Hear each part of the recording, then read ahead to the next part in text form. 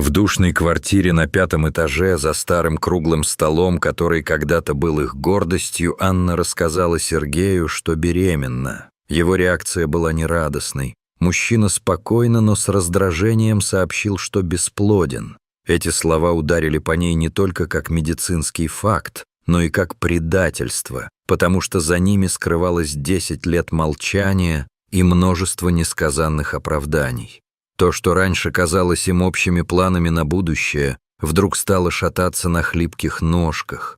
Вся та жизнь в маленькой квартире с потрепанным столом, разговоры в полумраке и тихие вечера — все это обрело новый оттенок лжи.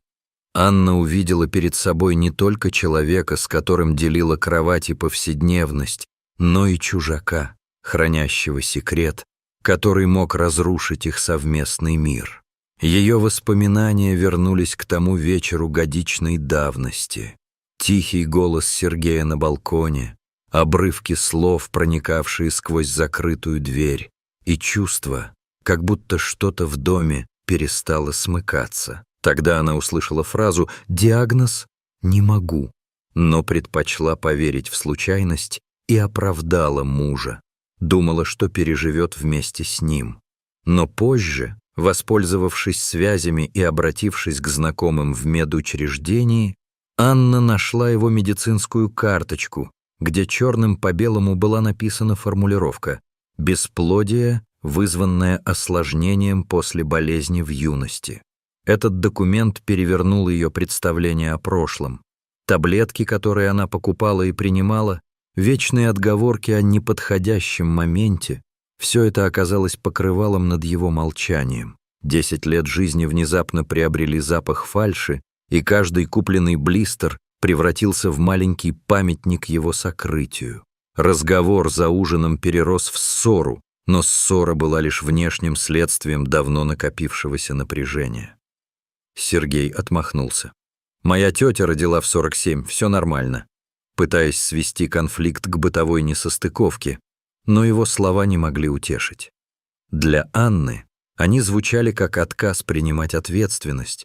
Ее просьбы о честности, ее слезы и ночные вопросы — все это наталкивалось на стену безразличия. Невысказанные упреки копились в ней, словно камни в тяжелом мешке, и когда она встала и вышла из кухни, то понимала, что уход — это не просто выход из комнаты, а первый шаг к новой жизни. Дверь захлопнулась тихо, но в том звуке было столько окончательности, что Сергей оставался один не только в комнате, но и в своем собственном мире оправданий. Анна уехала к матери в провинциальный город, потому что ей нужно было пространство, где она могла бы подумать без городского шума и давящих воспоминаний. Мамин дом с яблонями был для нее символом безопасности. Здесь пахло хлебом, теплыми вещами и книгами, которые всегда успокаивали ее. Но даже в окружении детского уюта она не могла избавиться от внутреннего смятения. По дороге в автобусе ее накрыло сильным приступом тревоги, и она потеряла сознание в троллейбусе. В больнице ей сообщили неожиданную весть. Она на 6-й неделе беременности, и радость тут же смешалась со страшной путаницей. Как быть с этой новой жизнью, если рядом человек, который по документам не может стать отцом? Доктор, мягко объясняя, сказал, что при таком диагнозе шанс зачать есть, но он крайне мал. Это все ставило Анну перед необходимостью решать не только бытовые, но и морально-правовые вопросы о будущем ребенка. Беременность протекала спокойно, но каждый день был испытанием для нервов и чувств. Анна следила за своим состоянием, ходила на приемы, читала статьи и пыталась найти ответы в бесконечных медицинских текстах, но отовсюду приходило лишь больше вопросов. Она волновалась о том, как рассказать ребенку о правде, о том, сможет ли ее сердце принять будущее осложнение с бывшим мужем, и как объяснить окружающим, что биология — лишь часть объяснения родства.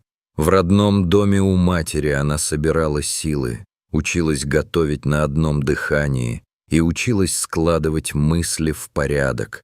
Каждому соприкосновению с чужими радостями она сопротивлялась, а каждое теплое утро давало ей ощущение, что жизнь все же идет дальше. В библиотеке, помогая сортировать книги, она впервые заметила Илью, его спокойный голос, добрые глаза и отсутствие назойливого сочувствия казались ей глотком свежего воздуха, человеком, который мог быть рядом, не требуя в обмен ничего, кроме честности и простого присутствия. Тем временем Сергей не мог смириться с тем, что он потерял контроль над ситуацией, и его появление в их жизни становилось все более тревожным. Сначала это были телефонные звонки с вопросами «Как ты?», затем резкие предложения встретиться по-человечески, а потом и прямые угрозы юридическими претензиями. Он хотел ДНК-теста не столько из-за любви к ребенку, сколько из чувства права и собственной обиды. Он требовал знать, что ребенок его, потому что для него это означало восстановление статуса и доказательство собственной состоятельности. Анна, утомленная постоянными маневрами и эмоциональным прессингом, согласилась на тест, но не ради Сергея, а ради той, кто уже растет у нее внутри. Для нее важно было знать заранее, чтобы защитить ребенка и свое право на спокойную жизнь. Илья, чья привязанность к Анне росла открыто и тихо, без драм, предложил помощь и готовность стать опорой, не только моральной, но и материальной, ведь тест и судебные разбирательства требовали ресурсов и твердой поддержки. Результат теста показал то, что доктор предполагал в качестве реальной, пусть и маловероятной опции. София – биологическая дочь Сергея. Для Анны это стало очередной ударной вахтой в ряду испытаний. Биологическая связь оказалась на стороне человека, который много лет молчал и тем самым лишил ее возможности строить планы иначе. Боль от этого открытия была глубже простого разочарования. Она ощущала, что честность и доверие были разрушены не только для нее, но и для будущего ребенка.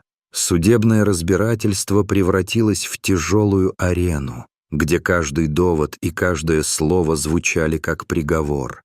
Сергей требовал своих прав, но судья и адвокаты внимательно присматривались к тому, кто на самом деле выполнял роль родителя, кто ходил на процедуры, кто создавал условия для ежедневного ухода, кто вкладывал любовь и время в жизнь ребенка. В решении суда учитывались не только биологические факты, но и реальное участие в воспитании, и это стало ключевым в аргументации Анны и Ильи. Сергей ушел, сначала будто со злостью, с чувством обиды и несправедливости, а затем окончательно перестал быть частью их повседневности. Его уход не был громкой драмой. Он просто перестал приходить, и его шаги постепенно стихли в коридорах судьбы Анны. Иногда он появлялся снова, когда ему было удобно, с громкими словами и упреками, но затем вновь исчезал в своей новой жизни. Анна тем временем строила новую реальность вокруг дочери и Ильи. Маленькие ритуалы, совместные завтраки, первые шаги и первые слова Софии — все это становилось цементом их нового дома. Внутренне она боролась с той горечью, которую оставил бывший муж, но внешне старалась не переносить это на ребенка. Для Софии важен был каждый теплый жест, каждое прочитанное на ночь стихотворение, и именно эти мелочи постепенно стирали следы прежней боли. Прошло время, София росла. Ее темные кудрявые волосы постоянно взъерошивались от игр, а смех ее летал по саду, как звонкие колокольчики. Илья оказался не просто друзьями и спутником, а настоящим отцом в делах и мыслях. Он учил ее кататься на велосипеде, чинил мелкие травмы, читал книги перед сном и давал ей ощущение безопасности, которого так не хватало в ее первых годах. Анна, наблюдая за этой семьей, понимала, что биология — лишь часть уравнения. Ежедневная забота, терпение, готовность приходить и оставаться — вот что делало Илью настоящим отцом в глазах ребенка. Она и сама изменилась. Стал сильнее ее голос, спокойнее дыхание, и в доме появилось еще одно дитя. Маленький сын, чья колыбель наполнила дом новым смыслом и добавила еще больше света к их семейному кругу. Когда Софии исполнилось 7, Анна и Илья решили выстроить разговор о правде так, чтобы донести ее до ребенка мягко и честно, не разрушая мир, который им удалось создать. Они сидели вместе, готовя слова и ожидая подходящего момента, потому что понимали важность такой беседы. Ребенок имеет право знать свое происхождение, но также должен чувствовать безопасность и любовь. Они рассказали ей простыми и добрыми словами. Есть человек, кто биологически связан с ней, но тот, кто рядом, кто воспитывает, кто учит и поддерживает, это Илья. София, слушая спокойно и чувствуя опору, как будто заранее знала ответ, она обняла Илью, прошептав: «Ты мой папа».